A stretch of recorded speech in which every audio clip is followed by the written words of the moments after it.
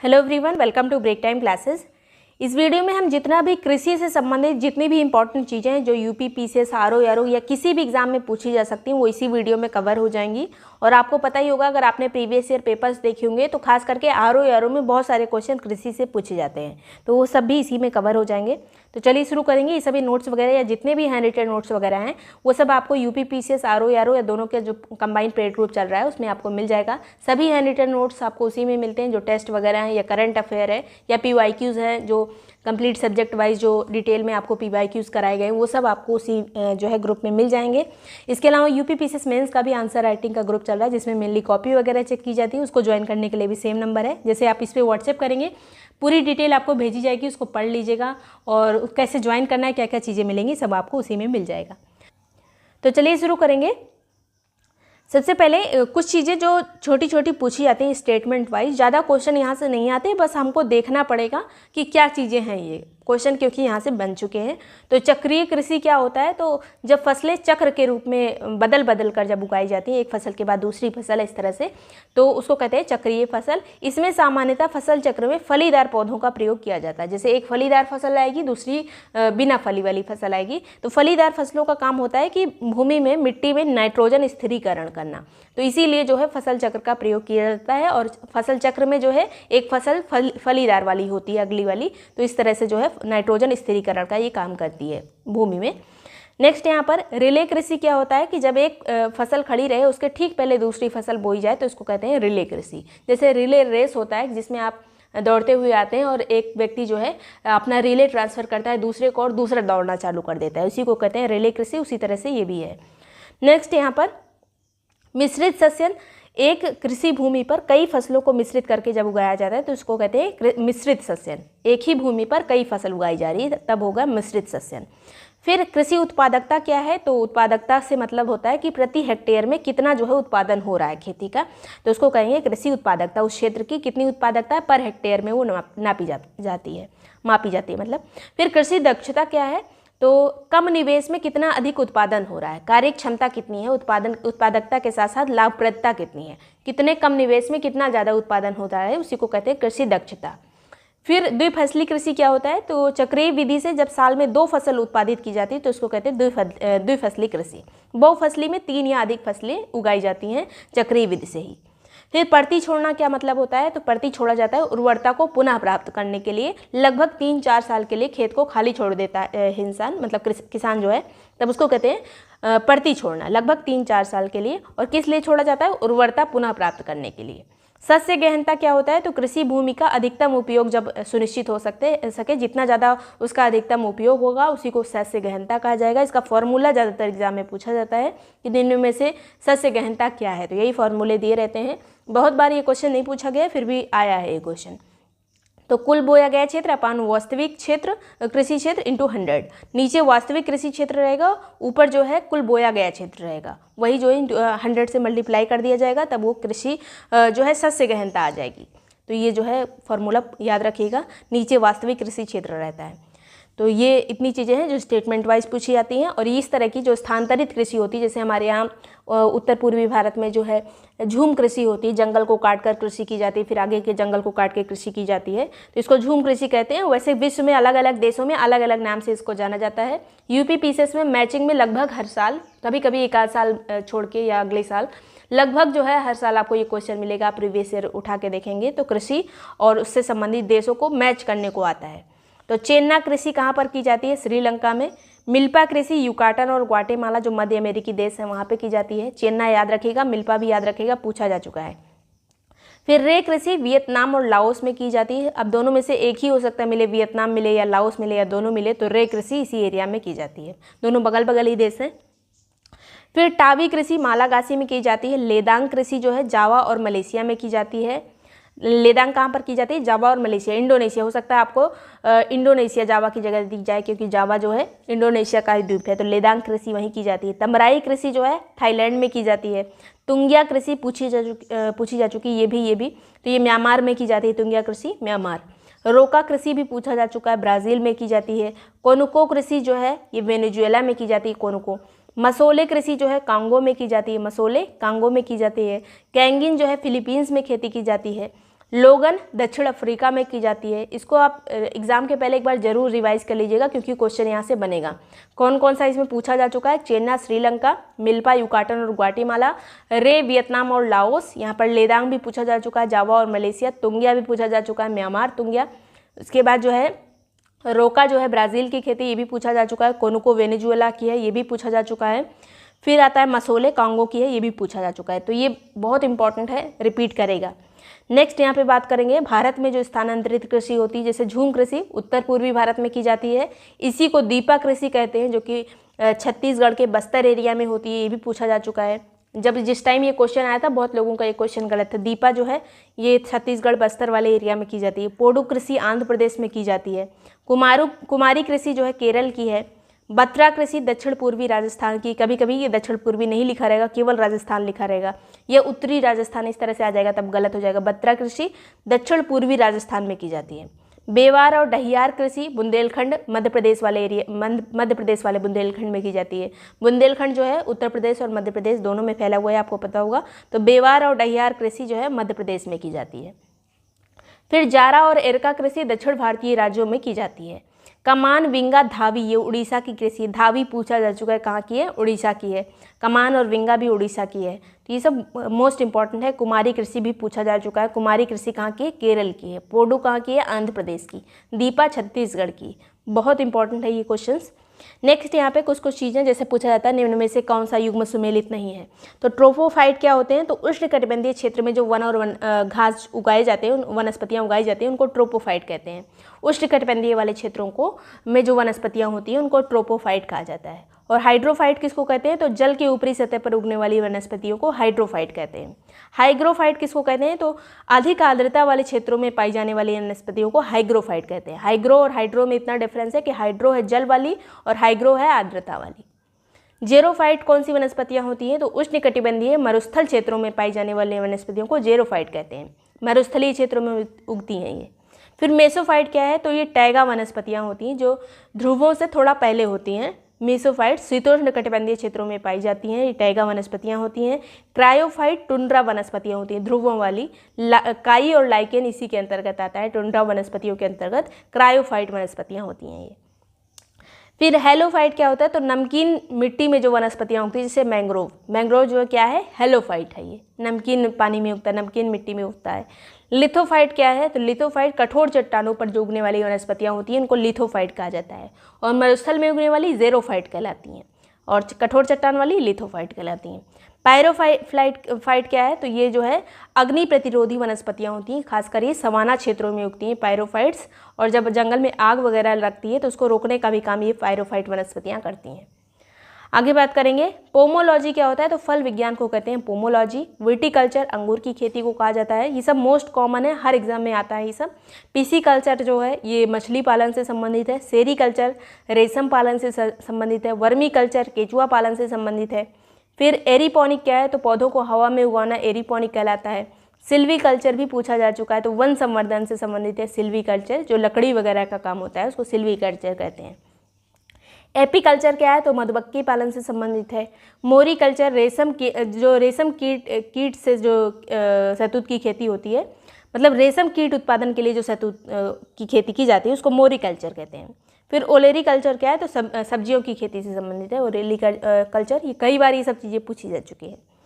Next बात करेंगे फसल और उसका मूल स्थान। ज़्यादा यहाँ से क्वेश्चन नहीं आते, फिर भी पूछे जा चुके हैं एक आध बार, इसलिए हम पढ़ रहे हैं। रबड़ की खेती का मूल स्थान कहाँ है? तो मूल स्थान है इसका ब्राज़ील, और हेनरी विलियम के द्वारा ये भारत लाया गया था 1876 में। कॉफ़ी का जो मूल स्थान है वो है अबिसीनिया। अबिसीनिया कहाँ है? तो पूर्वी अफ्रीका की जो उच्च भूमि है, पूर्वी अफ्रीका में जो केन्या वगैरह वाला एरिया है, वहाँ से कॉफ़ी का मूल स्थान माना जाता है। कपास जो है ये मेहरगढ़ पाकिस्तान से इसका मूल स्थान माना जाता है। तंबाकू का मूल स्थान है दक्षिण अफ्रीका, और भारत में पुर्तगालियों द्वारा लाया गया था। दक्षिण अफ्रीका मूल स्थान है तंबाकू का, लेकिन भारत में पुर्तगाली लेके आए थे। गन्ना जो है ये भारत ही इसका मूल स्थान है। काजू जो है इसका मूल स्थान है ब्राज़ील, और काजू ही और किसका मूल स्थान है? तो रबड़ का भी मूल स्थान ब्राज़ील ही है। फिर चाय जो है ये दक्षिणी चीन इसका मूल स्थान माना जाता है। सेब का मूल स्थान है काला सागर और कैस्पियन सागर के आसपास का क्षेत्र जो है सेब का मूल स्थान है। मक्का का मूल स्थान है मैक्सिको, उत्तरी अमेरिका महाद्वीप का मैक्सिको जो देश है वो मक्का का मूल स्थान माना जाता है। मूंगफली का मूल स्थान है ब्राज़ील, मूंगफली का मूल स्थान है ब्राज़ील। गेहूं का मूल स्थान है फिलिस्तीन। और उत्तरी, अब देखिए कुछ यहाँ पर एरिया दिए गए हैं, उसका जो है मूल कुछ यहाँ पर सामान दिए गए हैं जो उस एरिया के मूल स्थान के हैं। जैसे उत्तरी अमेरिका का है सूरजमुखी सोयाबीन, मध्य अमेरिका का है लाल मिर्ची और टमाटर, यूरोप का है राई और चुकंदर, फिर दक्षिण पूर्वी एशिया का है चावल और केला। चावल याद रखिएगा, चावल पूछा जा चुका है, दक्षिण पूर्व एशिया इसका मूल स्थान माना जाता है। नेक्स्ट यहाँ पे बात करेंगे पौधों में जो उसके विकास के लिए जो जिम्मेदार 16 तत्व होते हैं। अब इसमें ज़्यादा जो क्वेश्चन पूछा जाता है कि जो 16 तत्व हैं इसमें सूक्ष्म पोषक तत्व कौन सा है, पूछा जाता है निम्न में से पौधों के विकास के लिए आवश्यक सूक्ष्म पोषक तत्व कौन सा नहीं है। तो पहले यहाँ पर देख लीजिए 16 तत्व कौन सा है, उसके बाद देखेंगे सूक्ष्म पोषक तत्व कौन सा है। इन्हीं में से सूक्ष्म भी रहेगा। पहले 16 सभी है कार्बन, उसके बाद हाइड्रोजन, ऑक्सीजन, नाइट्रोजन, फिर फास्फोरस है, सल्फर है, पोटेशियम है, कैल्शियम है, मैग्नीशियम है, लोहा है, मैग्नीज है, जिंक है, तांबा है, मॉलिब्डेनम है, बोरान है, क्लोरीन है। कभी कभी ऑप्शंस दिए रहते हैं और पूछा जाता है कि निम्न में से कौन सा पौधे के विकास के लिए आवश्यक नहीं है, 1 2 3 4 ऐसे सब, तो इतने सभी हैं, ये सभी जिम्मेदार हैं पौधों के विकास के लिए।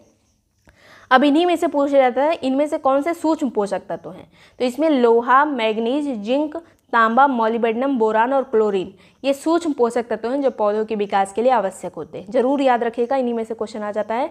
तो लोहा है सूक्ष्म पोषक तत्व, मैग्नीज है, मैग्नीशियम नहीं याद रखिएगा, मैग्नीज है, फिर जिंक है, यहाँ पर तांबा है, मॉलिब्डेनम है, बोरान है, क्लोरीन है। तो ये सब सूक्ष्म पोषक तत्व हैं जो पौधे के विकास के लिए आवश्यक होते हैं। अब देखते हैं यहाँ पर जो फसलों के प्रकार होते हैं और फसलों की प्रजातियों के नाम जो ज़्यादा पूछे जाते हैं, तो वो सब भी यहीं पर कवर कर लेंगे। सबसे पहले रबी फसल की बात करें तो रबी और खरीफ से जो है कई क्वेश्चन इस तरह से पूछे जाते हैं। एक सिंपल सा जो क्वेश्चन पूछा जाता है कि इनमें से कौन सी रबी की फसल नहीं, कौन सी खरीफ की फसल नहीं है, ये अक्सर पूछा जाता है। सिंपल होता है, फिर भी थोड़ा बहुत दिक्कत आ जाती है इसमें। गेहूँ चावल सिर्फ याद रह जाता है, बाकी चीज़ें भूल जाती हैं। तो रबी की बात करें तो बुआई इसकी होती है अक्टूबर नवंबर में सामान्यतः, और ये गर्म मौसम इसके लिए ज़रूरी होता है। मतलब बोते टाइम तो इसको गर्म मौसम चाहिए, लेकिन जब ये इसका पकने का टाइम होता है, बीच का टाइम पीरियड जो होता है, उसमें ठंडा मौसम इसको चाहिए और शुष्क मौसम, गर्म और शुष्क मौसम इसको चाहिए नॉर्मली बोते टाइम। और जब कटने का टाइम आता है तो उस टाइम पर इसको ठंडा मौसम चाहिए। और उदाहरण देखिए इसका, तो गेहूँ, जो भी फसलें हमें ठंडी के मौसम में दिखती हैं, जनवरी के टाइम में जो फसलें खड़ी रहती हैं खेतों में, तो एक बार दिमाग लगा के सोचिए, जो भी गांव से संपर्क रखते होंगे, जो जो ठंडी में फसल दिखेंगी सब रबी की फसल है। तो गेहूँ हो गया, जौ हो गया, जई, तोरिया, लाही, राई, सरसों हो गया, अलसी हो गया, मक्का, चना, मसूर, ये मटर, ये सभी जो हैं ये रबी की फसल हैं, जो कि गेहूँ के साथ ही जब गेहूँ बोया जाता है उसी टाइम की ये सभी फसलें हैं। तो इसमें से मक्का जो अगर बात कर लिया जाए तो मक्का रबी में भी आ जाता है, खरीफ में भी आ जाता है।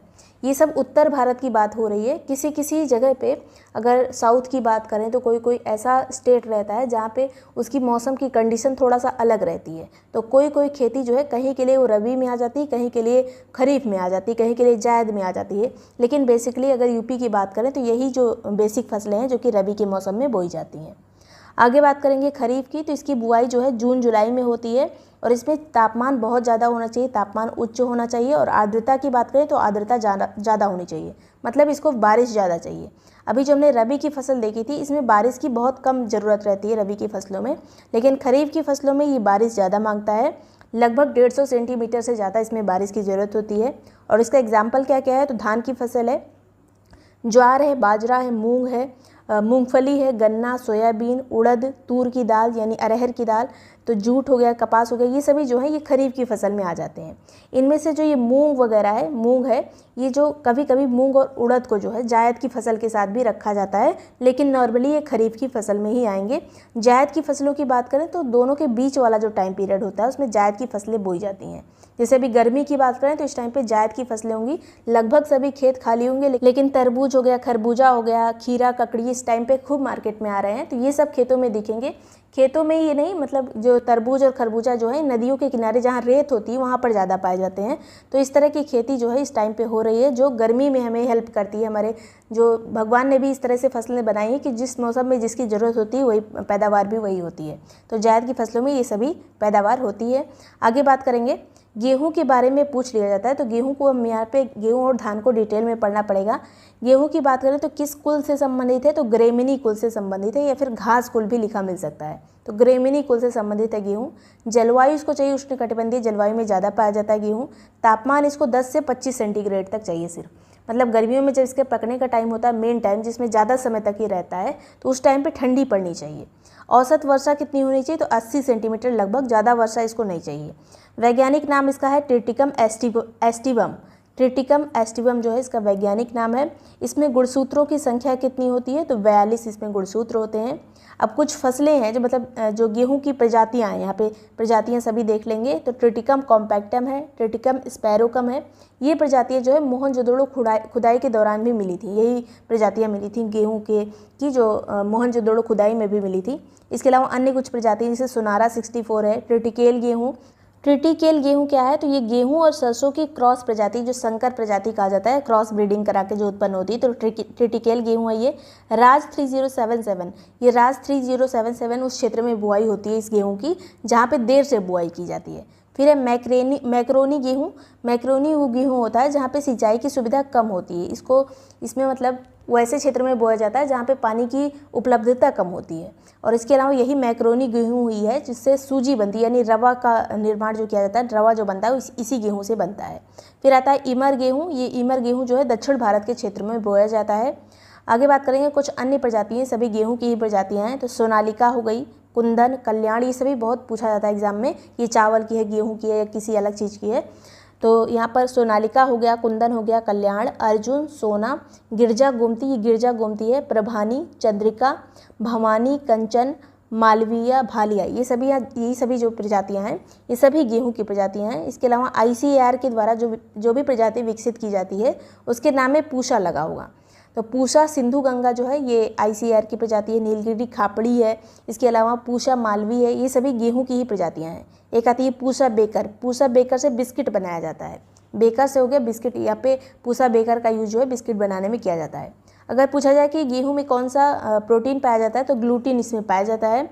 इसके अलावा कौन कौन सा विटामिन होता है, तो विटामिन B1, B2, B6 जो है, या विटामिन ई काफ़ी पूछा जाता है। जो अंकुरित गेहूँ होते हैं जिनको भिगो दिया जाता है तो उसमें जो है विटामिन ई काफ़ी ज़्यादा मात्रा में पाया जाता है। इसके अलावा गेहूं में जो रोग लगते हैं तो येलो रस्ट लगता है, ब्राउन रस्ट, ब्लैक रस्ट। गेहूं का एक और रोग है जिसका नाम है करनाल बंटी, काफ़ी गेहूं का फेमस रोग है। और किस कवक से ये होता है, तो टिलेटिया इंडिका से ये होता है। करनाल बंट गेहूं का रोग है, टिलेटिया इंडिका कवक से होता है।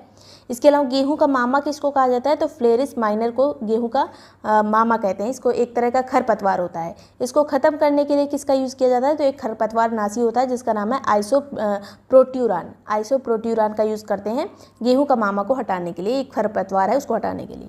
अब धान के बारे में कुछ महत्वपूर्ण चीज़ें, तो ये भी ग्रेमिनी कुल से यानी घास कुल से आता है। वैज्ञानिक नाम है इसका ओराइजा सेटाइवा। ओराइजा सेटाइवा धान का वैज्ञानिक नाम है।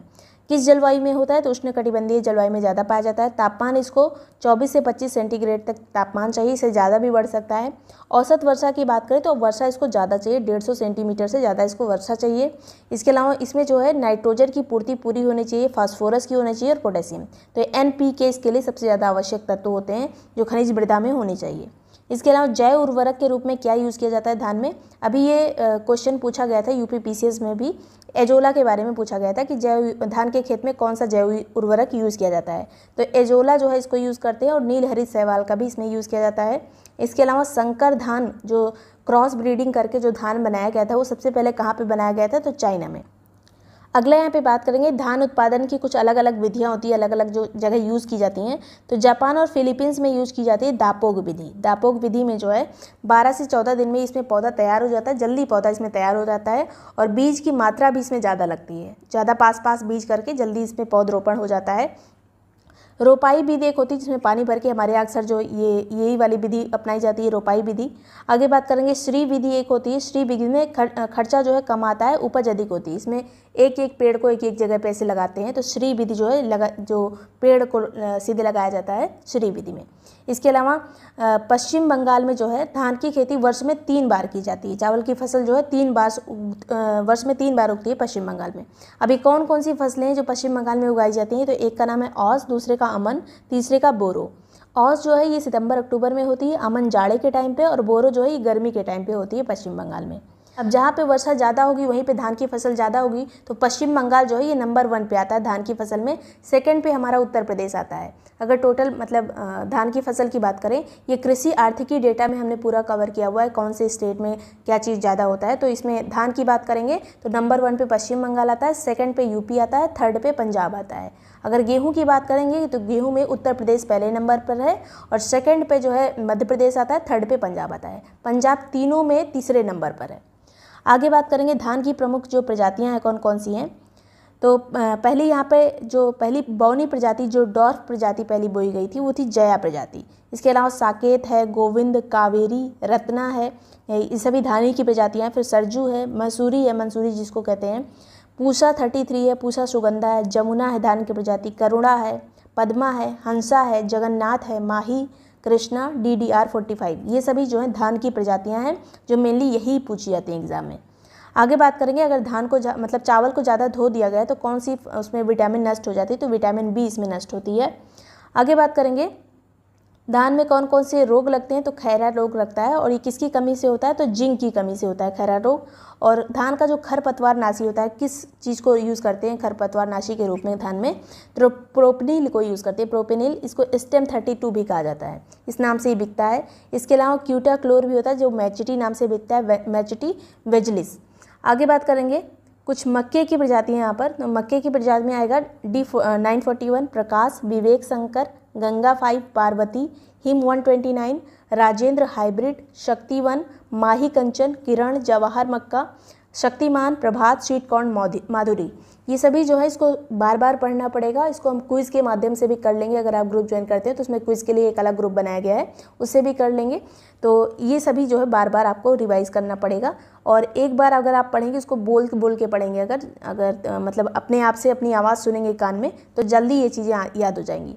तो प्रकाश जो है विवेक शंकर, गंगा 5 पार्वती, हिम 129, राजेंद्र हाइब्रिड, शक्तिवन, माही कंचन, किरण, जवाहर मक्का, शक्तिमान, प्रभात, स्वीट कॉर्न, माधुरी, ये सभी मक्के की प्रजातियां हैं।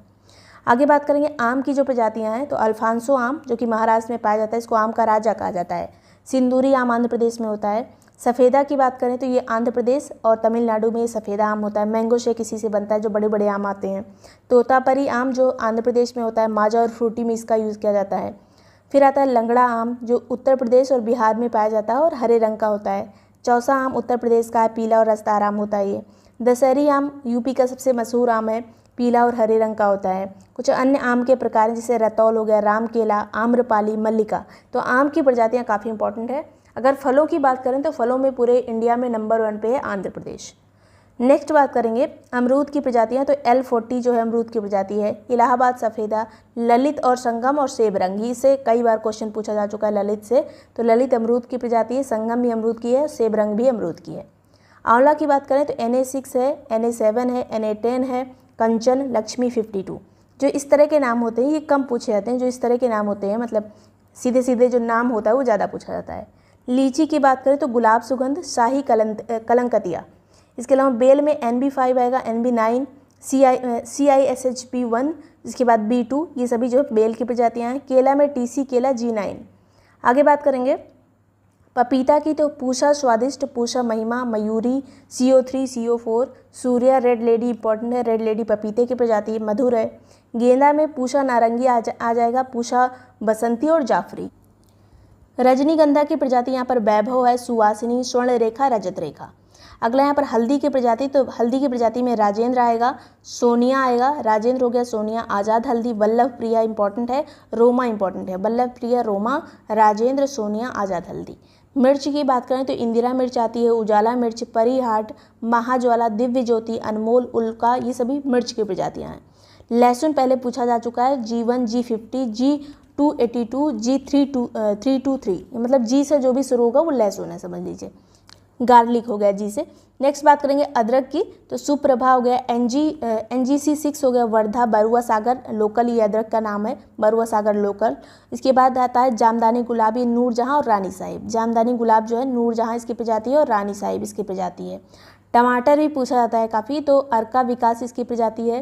पूसा रूबी है, पूसा गौरव, सोनाली, शीतल, पूसा अली, ये सभी टमाटर की प्रजातियां हैं। खरबूजे की पूसा रसराज, हरा मधु, जहाँ पे मधु आएगा समझ लीजिए खरबूजे की प्रजाति है। शरबती, मधुरस, दुर्गापुर मधु, हिसार मधुर, अर्का, राजहंस, ये सभी खरबूजे की प्रजातियां हैं। भिंडी में ये परभानी क्रांति जो है ये काफ़ी बार पूछी जा चुकी है, परभन क्रांति, ये भिंडी की प्रजाति है। फिर है पूसा सावनी और अर्का अनामिका, ये सभी भिंडी की प्रजातियां हैं। तो इतनी चीज़ें मोस्ट इंपॉर्टेंट थी। वीडियो पसंद आया, यूज़फुल लगा तो लाइक सब्सक्राइब कर लीजिएगा, कमेंट सेक्शन में बताइएगा कैसा लगा।